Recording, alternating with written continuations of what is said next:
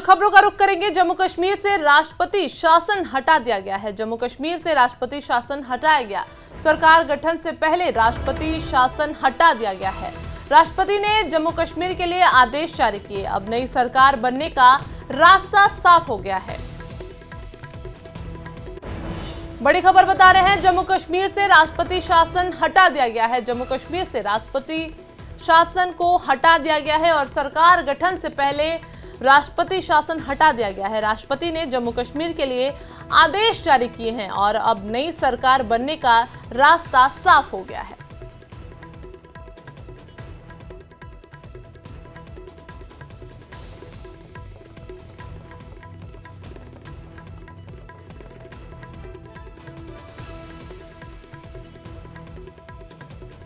और इस खबर पर ज्यादा जानकारी के साथ हमारे साथ समीर भट्ट सहयोगी हमारे श्रीनगर से जुड़ रहे हैं। समीर, कब तक सरकार बन सकती है? अब राष्ट्रपति ने भी आदेश जारी कर दिए हैं, राष्ट्रपति शासन हटा दिया गया जम्मू कश्मीर से।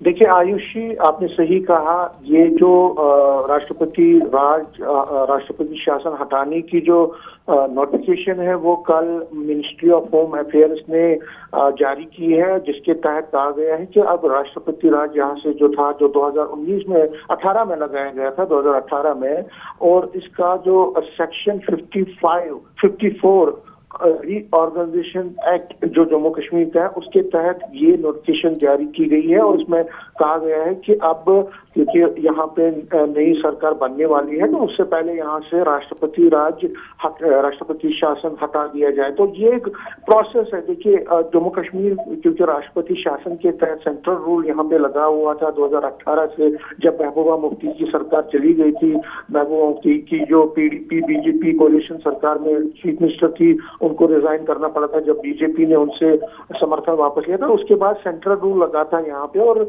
अब उसमें एक प्रोसेस होती है, क्योंकि यही एक रीजन था कि उमर अब्दुल्ला जो है शपथ नहीं ले पा रहे थे, क्योंकि उससे पहले की जो एक प्रोसेस है यहाँ से राष्ट्रपति, उसमें क्या होता है कि LG पहले MHA को भेजता है, MHA प्रेसिडेंट को भेजता है, प्रेसिडेंट वापस में MHA को भेजता है, तो एक प्रोसेस होता है। तो ऐसे में जब ये प्रोसेस अब कंप्लीट हो गई तो अब ओथ सेरेमनी में जो बाधाएं थी, एक तरह से जो एक कंडीशन थी, वो हट गई है। और इसलिए लगता है, जो हमारे सूत्र कह रहे हैं और जो बहुत पॉसिबल है कि बुधवार को यानी कि परसों उमर अब्दुल्ला यहाँ पे श्रीनगर में ओथ सेरेमनी ले सकते हैं, मतलब वो शपथ ले सकते हैं। उनके साथ कुछ जो कैबिनेट मंत्री जो बनेंगे उनकी मिनिस्ट्री में नेशनल कॉन्फ्रेंस कांग्रेस और कुछ इंडिपेंडेंस को मिला के वो शपथ लेंगे परसों बुधवार को। उमर अब्दुल्ला भी कह चुके हैं 2 दिन पहले कि मोस्ट लाइकली वो शपथ बुधवार को ही लेंगे, और उसके लिए तैयारियां भी बहुत है। और मैं आपको ये भी बता दूं, इस शपथ समारोह में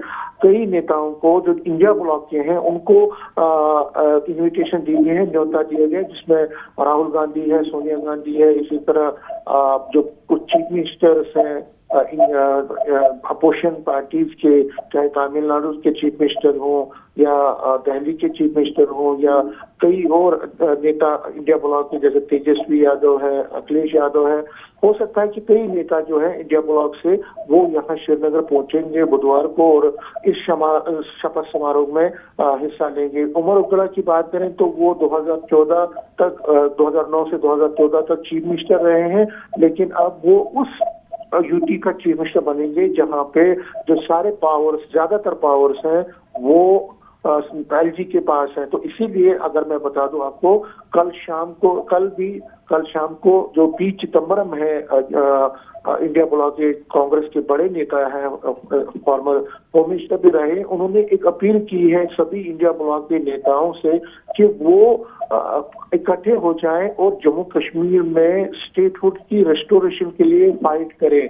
उमर अब्दुल्ला भी कह चुके हैं कि हमारा सबसे पहला एजेंडा ये होगा कि हम यहाँ पे स्टेटहुड की बात करेंगे और उसके लिए रेजोल्यूशन लाएंगे। तो उस पर चिदम्बरम ने कहा कि जो बाकी इंडिया ब्लॉक के नेता है वो भी इसमें समर्थन दे। तो फिलहाल उमर अब्दुल्ला के लिए बहुत बड़ी चुनौतियां हैं जो आगे होंगी, लेकिन फिलहाल जो नोटिफिकेशन है, जो MHA ने नोटिफिकेशन जारी की है, वो एक बड़ी बाधा थी। और ऐसा उमर अब्दुल्ला को लग रहा था, वो कह रहे थे कि हो सकता है कि कुछ और टाइम है, लेकिन सरकार गठन का रास्ता साफ हो गया है।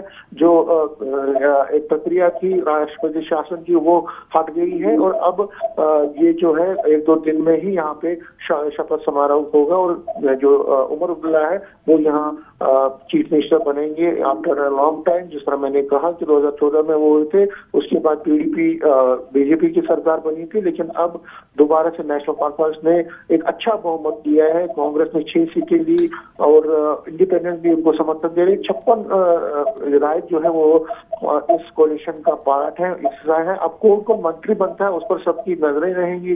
कांग्रेस को कितना मिलता है, नेशनल कॉन्फ्रेंस कितनी सी विधायकों को बनाती है, क्योंकि यूटी के तहत जो चीजें हैं उसमें सिर्फ 8 ही मंत्री बन सकते हैं। उसमें जो कानून है उसमें 8 ही मंत्री बन सकते हैं, कोई एमओस नहीं बन सकता। तो अब वो किन को एकोमोडेट करेंगे उस पर प्रक्रिया चल रही है, उस पर मंथन चल रहा है। और नेशनल कॉन्फ्रेंस के इनर सर्कल्स में भी मैं आपको कहूं कि इसी पर मंथन हो रहा है कि आखिर हम किसको बनाए, क्योंकि जम्मू में भी पार्टी को रिप्रेजेंटेशन देनी है। वहां से कोई हिंदू फेस नहीं जीता है। तो अब इंडिपेंडेंट जो है, कुछ हिंदू इंडिपेंडेंट है, उन्होंने नेशनल कॉन्फ्रेंस को समर्थन देने का फैसला किया है, तो उनको भी मंत्री बनाया जा सकता है ताकि जम्मू को भी प्रॉपर रिप्रेजेंटेशन मिले। ये ना हो कि सिर्फ ये कश्मीर के ही रिप्रेजेंटेशन ज्यादा हो। तो उमर अब्दुल्ला साहब कह चुके हैं जम्मू को भी रिप्रेजेंटेशन, तो उस पर अब मंथन चल रहा है कि किसको मंत्री बनाएंगे। लेकिन फिलहाल जो आपने कहा उस पर यही खबर है कि जो नोटिफिकेशन जारी हुई है उसके बाद